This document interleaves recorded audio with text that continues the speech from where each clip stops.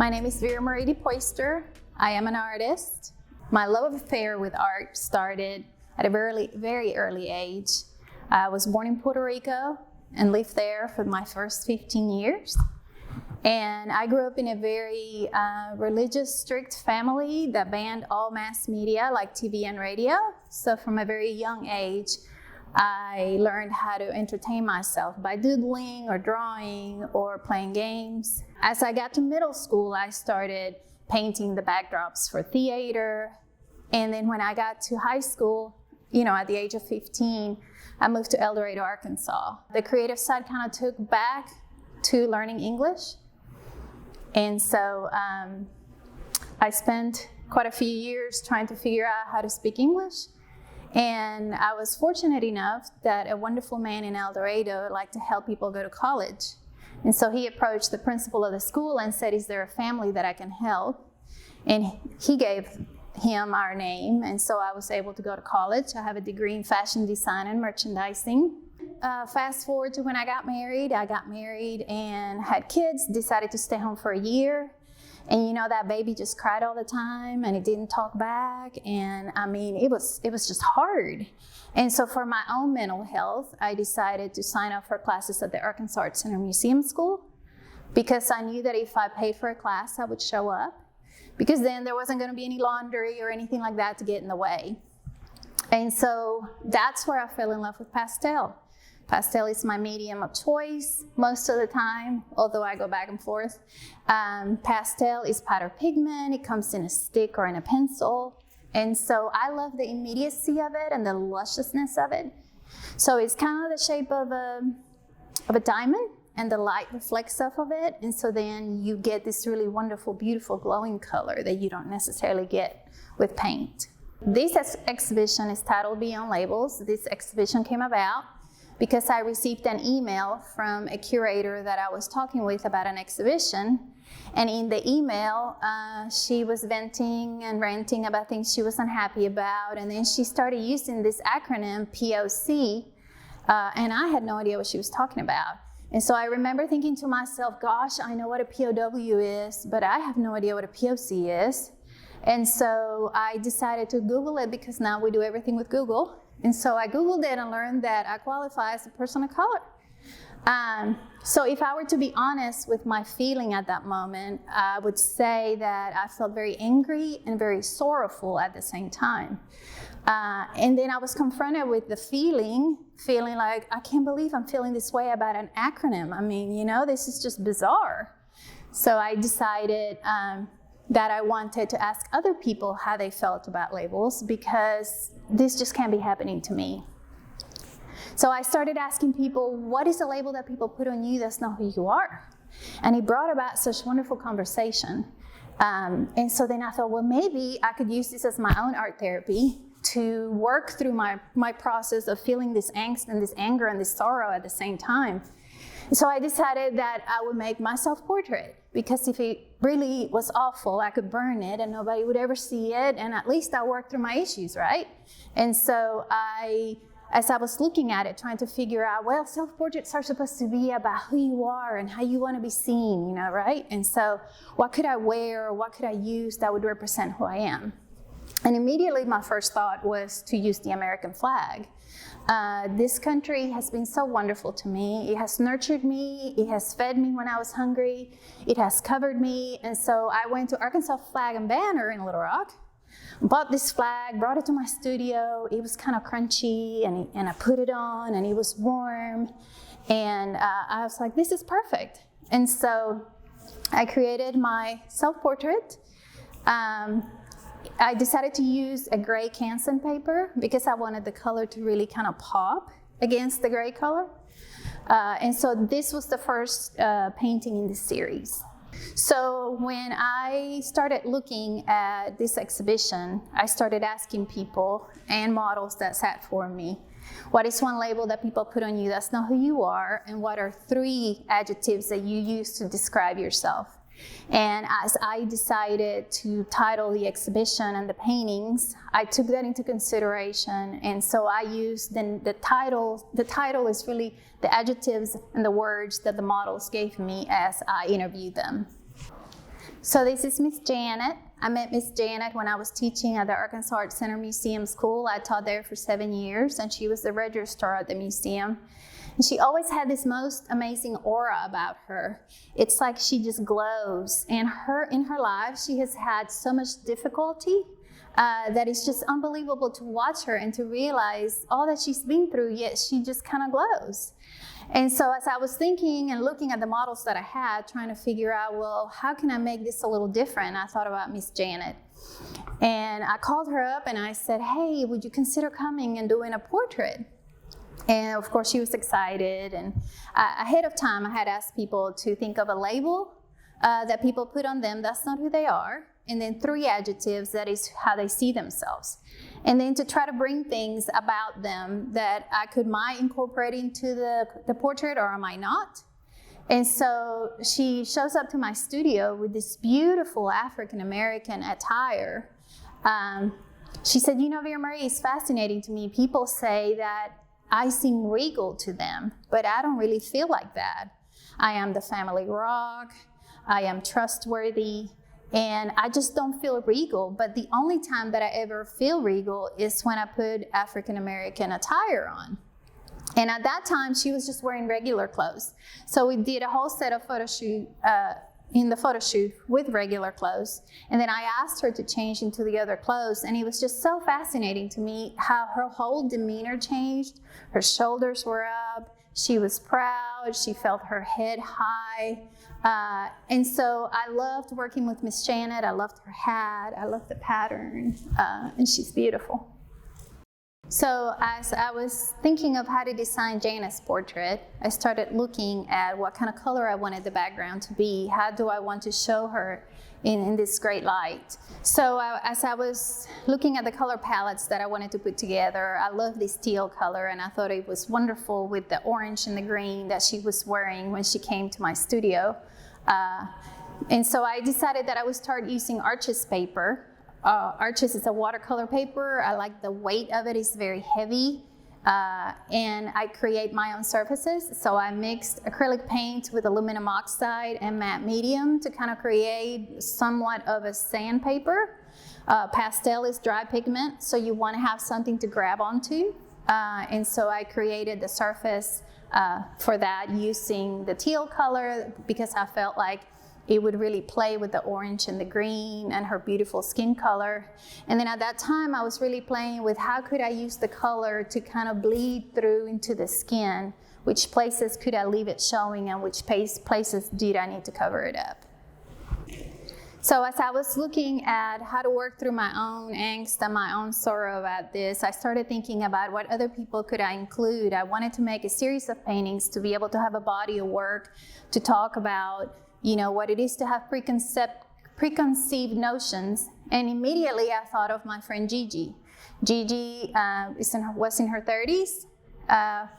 She is from Puerto Rico, and she just caught my eye one day. She's got this gray bouncy hair, and so she's got the most wonderful personality, very jolly. So I thought, ooh, I wondered if Gigi would come and sit for me. You know, here I am, an artist. So I contacted her, she agreed, and the day that we had arranged for her to come and sit for me, I hear this knock on the door, and it's Gigi at the door saying, hey, can you help me load this thing out, or unload this thing out of my van? And I go out there and I couldn't believe my eyes. She had taken the seats out of her minivan. She had loaded this big old sewing machine in the back seat, heavy, heavy, heavy. And I'm going, girl, how did you do this? And she said, well, I just backed up my minivan to the storage unit and just loaded it up. It's Mom's sewing machine. And I wanted to be in my portrait. And so we rattled the sewing machine all the way, and it was falling, things were falling off of it. It was her mom's sewing machine, and it was the last time she had used it, so it had things in it from that. And when she came inside and we started talking, she started telling me that her mom had been diagnosed with early onset Alzheimer's at the age of 54. And there is not really a lot of aid for people at that age because Alzheimer's is considered an older people disease. And so for the last 13 years, she had been taking care of her mom with her dad. And it was just exhausting. And so she said, I used to be known as a soccer mom. I used to be known as a pastry chef. And now people just think I'm a caregiver. And so I'm looking at her and I'm just thinking, wow, I mean, how am I going to capture this? How do I want to tell this story, right? And so this is her mom's last quilt that she made because she no longer can remember how to sew needle and thread. And so I felt honored that she felt comfortable enough to share this with me. And then I felt a huge burden to try to put this together. And so as I was trying to figure out how to design this portrait, I wanted to just not look like she was just happy to be sewing, right? I wanted it to say more. And so I included some of the prescriptions that they're falling on the floor to kind of signify all of the bills that they have not been able to have help with. And then also, I felt like her and her mother are intertwined in this thing. And so I wanted to put them together. So I chained the sewing machine to her foot. Not as a negative, but as a positive, because now their lives are really intertwined and together. And purple is the color of Alzheimer's. So that's why I chose that color. So this is John. John was a student of mine. He had come to take classes from me for a while. And as I was looking at how to add more diversity and different types of age groups to this exhibition, I thought, ooh, I wonder what a young person would say about labels. And then I started questioning, well, how early do you actually start feeling that other people are labeling you? And so I knew that John was old enough to be able to talk about things. So I approached his mother and I said, hey, I've had this idea for an exhibition and I wondered if John would want to participate. And so she said, oh, he will love it. And so I explained to her the concept. And so he walks into my studio and he's got his favorite sweatshirt. He's holding a microphone. I'm like, whoa, John, okay. And so he loves music. He loves to dance. He loves to move. And so I'm thinking, oh, this is going to be music related, right? And so he sat down and he started talking with me. And I said, now, John, did your mom tell you what this is about? He said, yes, Miss V. And I said, well, do you think that we could talk about this? And he said, yes, Miss V.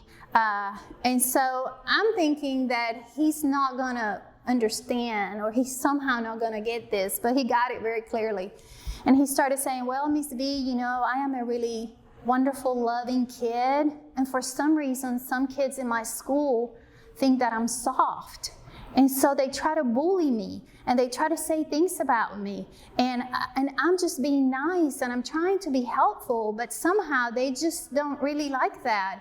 And so they think I should be really tough and I should be really macho. And I'm looking at him and he's wearing his favorite shirt. And I'm thinking, I wondered if he really knows that his logo on his shirt says champion. And here he's thinking that I'm going to be using the microphone because he loves music so much. And so I said, well, John, give me that pose. Give me the pose that is who you are and not who your friends think that you are. And so he just crossed his arms, he put his head up, and he just very, eloquently held that. And I was like, oh my God, he's so young and he gets it. So I love that even at an early age, I was able to find that people still feel labeled. And I just love John. So after a while with the portraits that I had, I came to a point where I kept on looking at them, trying to see, well, what can I add to this exhibition that I don't already have, or to this group of paintings? Because I don't want the viewer to be bored when they walk in. I want them to find a little spice everywhere they go. And so John had caught my eye on social media. There was something about his hair, the swoop of his hair, the bridge of his nose, and this sparkle in his eye. I knew his parents, but I had never met him. And so I was like, ooh, I wondered if he would come and sit for me. And then how would a total stranger feel to come into my studio? And so I contacted with him and he agreed to come. At first, when he got there, he was a bit hesitant and nervous.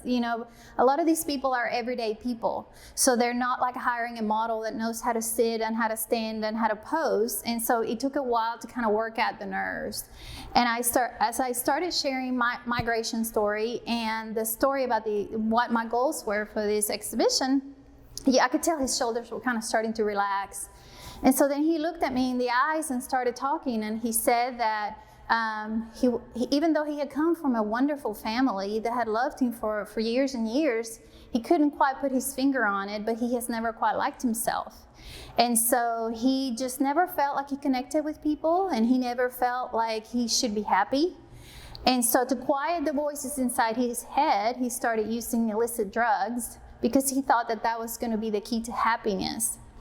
And the more and more he got into that black hole that we know as addiction, the harder it was. And so as he hit rock bottom, he came to this place, this crossroad, where he had to make a choice. And he took the bold, brave step to take the choice to have treatment. And so I met him. He had been a year and a half past treatment. And he saw himself so differently. He said, you know, people have always thought that I'm kind of odd. And I used to think I was kind of odd. But now, with this clear head, now I see myself as empathetic, as brotherly, as thoughtful. And so he learned to love the parts of himself that for so long he had not liked. And today he's in a wonderful place. So one of the things that I did to kind of have an interactive, thing with the exhibition or with the models was I use a color system because I like for my students to be able to see the wide range of color available to them. And so I would have the models come into my studio, and we would flip through the color cards for them to match their skin tone. And it was fascinating to me and to them because I would go, okay, look, I'm a little more green than you, or you're a little more pinky. And fascinatingly enough, everyone was yellow-red. Whether it was yellow-red with a little more light or yellow-red with a little more dark, we were all the same color, just a variation of that color. I was fascinated to find that not one single person gave me the same label. I expected that they were all going to somehow feel the same thing, and what I learned along the way was that we all had different things that we felt about certain things and about how we're viewed. So my hope with this exhibition is that people come and people can start a conversation, because what I've learned along the way is that if we sweep things under the rug, it just festers. And so the best thing that I could do was to talk about how this thing made me feel so uneasy and so sorrowful, so that I could work through the thought and the feeling. And so my hope is as people come and view the exhibition, they write their words on the wall of how they have been labeled or how they have seen other people see them, so that we can maybe move past beyond the labels.